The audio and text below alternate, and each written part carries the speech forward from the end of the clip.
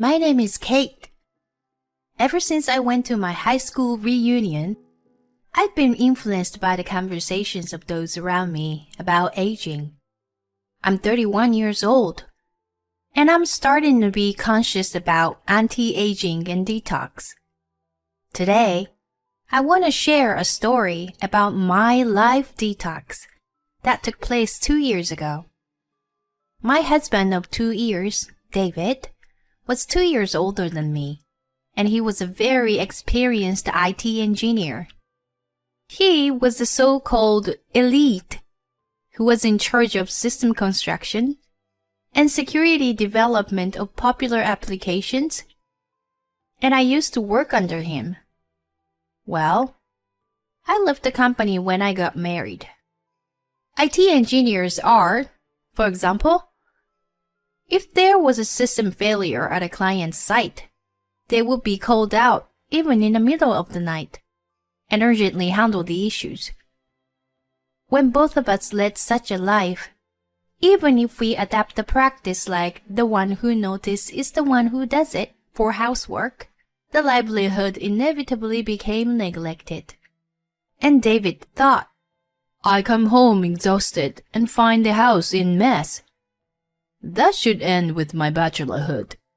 In response to his desire for me to take on the household matter, I became a full-time housewife. Fortunately, David earned good income. Thanks to that, I didn't need to work. And we were still able to keep a standard of living that allowed us to live in a condominium in San Francisco. He came home at a random hour every day, and sometimes had to stay overnight in the office. It was a challenge to adjust his work schedule. But as a full-time housewife, I had a lot more time than I did when I was working. I am more relaxed. This style of life was a good fit for us, I thought, until he started working from home. Kate, please wash these. What David passed me was a pair of socks that he had just taken off and still had warmth of his feet. And for him, he was reclined on a long sofa and watching YouTube. Our laundry room was located diagonally across the living room. It was less than 10 feet away.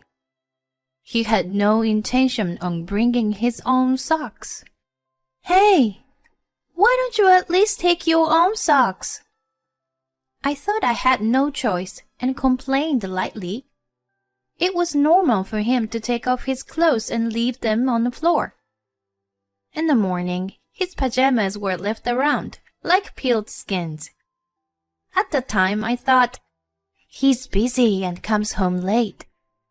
He's trying to sleep as long as he could. He wants to minimize the time to get ready in the morning. That's how I understood. However, ever since he started working from home, he was often not particularly busy except during meetings. He seems to be working at his own pace. In addition, his work did not require him to go to the office as long as he had the PC. Everything could be done at home. In short, he was home all day, every day. Thanks to this, a bit by bit, I began to notice the do-nothing part of David. Besides, I was no longer allowed to make noises in the house. Once, not on purpose, the door slammed quite hard. At a time. Shut up! Don't you have a consideration? Yelled David. Wondering if he was working, I fearfully looked at the screen of his computer. It looked like he was just surfing on the net. I honestly had no idea what he was so irritated about. I apologized. I'm sorry for making so much noise at a time. Some people dislike loud noises. It was a fact that I made the noise. So it was my fault. But in addition to making noises, he ordered me to wipe his keyboard, clean the bathroom every day, and put on my makeup no matter what. He was so focused on the smallest details. It was like a movie of the olden days. Like the other day, "Why haven't you polished my shoes?" he accused me. If he needed them for work, I get it. But he was just going to the deli to buy a magazine. No one would have cared about the unpolished shoes. And they were not even that dirty to begin with. If you cared so much, do it yourself, I was thinking. But I was too lazy to talk back to him. So I suggested him to wear his sneakers. He was reluctant. Better than dirty shoes. He put the sneakers on and kept complaining as he left. Before we were married, David wasn't so picky that he could care less about dirty or clean. When I visited his apartment, where he lived alone, I found not only the leftover from his takeouts, but also unexplainable used tissue papers all over the place. It was close to a messy room. There was a mysterious rule. He was particular about the placement of his TV remote, but I was never blamed if I misplaced it. He had just put it back where he wanted, and that was it.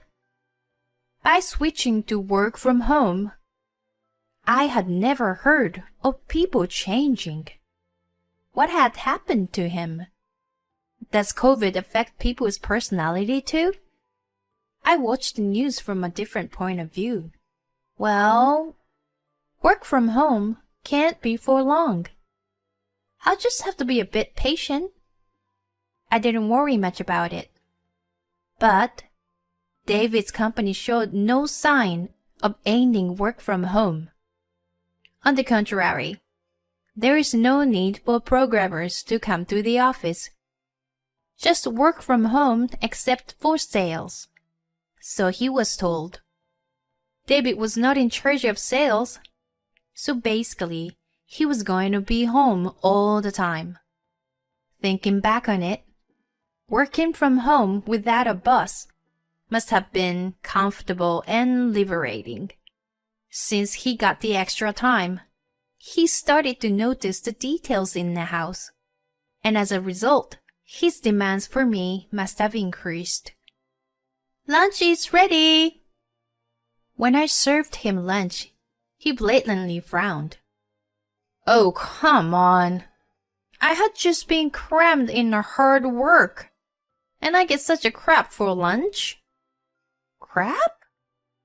I wasn't gonna let him pass on this one. Staring at the carbonara, it was his favorite dish. I made the sauce myself. I put a lot of time and effort, and he called it crap. Carbonara was crying. "I'm making good money, you know. Serve me a Wagyu steak or something. I work from home and don't even have a chance to go out for lunch." "Okay. I'll order in tomorrow. And you pick whatever you want." I was upset, and I started eating the carbonara first. In a situation like this, it was best to just let it go. If I cared, I lose. "What? I have to choose?" "That's right. I don't know what you want to eat. Even if I choose, you would say, 'No, this is not it.'" David became emotional at my rebuttal. "You know what? Why don't you show a little more devotion? Don't you have an affection to cater to your hard-working husband? If you want an instant energy booster, how about glucose?" I asked with a straight face, and he retorted, "You have no respect for me. To begin with, you are 2 years younger than me. You don't even show your support to your husband. You're trying to humiliate me." "How are you humiliating your own house? No way." I was twirling carbonara beyond the limit of the fork. "Since I've been home, you've slacked on your chores. And you've been lousy with me. You need to take better care of your husband." Okay. I do care a lot. I was too annoyed to argue, so I blurted. Okay. Good. Be more attentive from now on. He made a makeshift meaningless comment as he went back to his piece. It's so frustrating, but let's have carbonara. Unexpected 2 portions. I'm already full, but I'm gonna stuff myself. No! Suddenly he yelled. I was so startled that I almost choked on my pasta. There's no coffee! What the? Coffee is in the usual place. There's some left over I made earlier. It's cold, so put it in the microwave. I didn't think I said anything strange. I always took what he left in the pot. But he was like, Are you telling me to drink a leftover coffee? And gave me an outraged look. No, just put it in the microwave.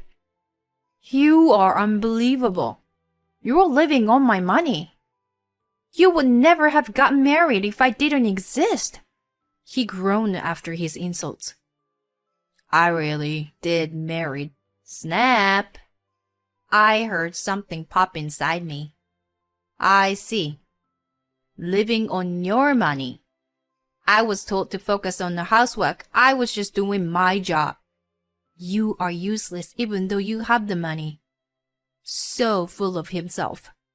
The disconnected line in my head automatically restored itself, and the plan I had prepared just in case was now starting. Okay. Put your mug down. I'll make you another coffee. When I told him, he replied, Great, just so you know, and held out the mug. I took it and went to the coffee maker. He was so engrossed in his screen that he wasn't looking at. I quietly poured the cold coffee in the mug. Here you go. At the same time as I said it, I tipped the mug over his head. Droplets of black coffee dripped from his hair. He was silent for a moment, not understanding what had happened. What? He turned to me, mumbling. What are you doing? My PC is wet too. Milk is coming. I cut him off and drizzled coffee mate on his head this time. Oh my God! It's in my eyes! Stop! Stop, Kate!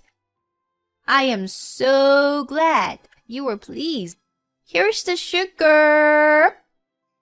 Ignoring panicking David, I sprinkled sugar on top. Here is my signature coffee. Please enjoy.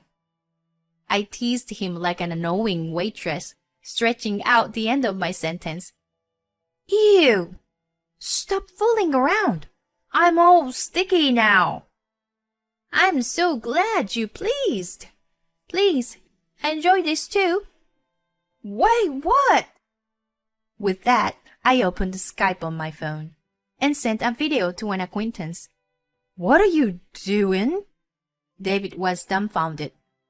It was understandable. He probably didn't realize. In fact, I had a camera installed in our house to keep an eye on my beloved cat. She was like my own child. I felt at ease when I could see her while away. And the camera recorded everything David had done and said since he started working from home. I had lost patience with his increasing demands with each passing day. I saved the recordings, just in case. It showed David yelling at me for not meeting his ridiculous expectations and denying my character. It recorded his abuse that were totally against the latest laws and regulations. It may be unnecessary, but... Mommy, David's feet are freezing. The mama's boy calling out to his mother with the thumb in his mouth. Was also vividly recorded that it was shameful. Certainly, there had been behaviors that made me suspect mother complex. It was exposed by his sleep talk to the light of day. He wouldn't have been able to deny. All of this data was sent to my ex-colleagues via Skype. They work at the same office as David. In other words, his current subordinate. In a short time, a series of incoming Skype calls came to David's PC. I don't have time for this. He reluctantly answered the call. Hey, David, what the heck is this? As soon as the line was connected, the guy on the line sounded puzzled and lost. He was my ex-subordinate. What? What is it? What's wrong? I don't get it. Well, Kate sent me some kind of video. A video? What did you do? He took his eyes off the screen and asked me. No clue. I guess you can find out yourself, can ya? After such an exchange, he opened the file that had also been sent to him. Mommy, I like my pudding with sweet caramel sauce. David was sleep-talking as he hugged the pillow and drew. What the heck is this? His face was burning and squealed. What do you mean? You're pretending to be a pudding critic. I replied with a smirk. Stop being a jerk. You know what's gonna happen. What's going to happen? What are you gonna do to me? You and I are going to be strangers from now on. Can I take it as a threat? He made the dumbest face I'd ever seen, like a goldfish gasping for air. Don't you realize what's going to happen? I'm saying I'm divorcing you. You and I are now strangers. What are you going to do to me, stranger? There's no way you can decide on divorce alone. Oh my gosh. Are you still saying such a thing at this point? Have you changed your mind about leaving me? I'm sorry, but I'm not your mommy. My husband exclaimed at my words. Enough with making fun of me. I'm not making fun of you. You demanded me to take care of you like mothers do the children. Once again, I am not your mother. So, I'm leaving you. David was agape, unable to argue. I married the wrong man. I'm leaving you to start my life over. Goodbye. I gave my last words and left home with my cat and a few belongings. 2 years have passed since then. After the divorce fiasco, David contacted me for a while. With a woman like, I want to get back with you messages, our divorce was finalized. After that incident, I got in touch with my ex-colleague. I was told that the video was spread throughout the company, and David is still feeling ashamed. I was also told that he is called Pudding behind his back. He's no longer working from home and comes to work every day looking shabby. Because he didn't need to do any housework for a while, leftover takeouts and plastic bottles have accumulated his apartment. He apparently whines that the damage over a divorce is slowly spreading. He deserves it. As for me, I lived on the savings I had saved up before I got married for a while. Then I started working as a freelance IT engineer about a year ago. Since I was not affiliated with the company, I can spend my time freely and at ease.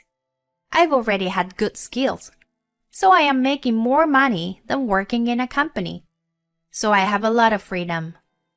Not long ago, there was my high school reunion, where I met my first boyfriend in life again. He is now on the soccer team and is now a sports instructor. He often coaches famous athletes. My heart was pounding when I saw a thinner and more muscular man. And to my surprise, he was also divorced. We kept in touch after the reunion and built a close friendship, in which we could open up the way we never did in high school. And the other day, he finally confessed his true feelings for me. I can't think of remarrying yet. I mean, I'm really enjoying my job right now. But both love and work are smooth sailing. I have been reflecting on how I made a mistake marrying the wrong man. And I will choose the path that will lead to my utmost happiness this time. My life has just begun.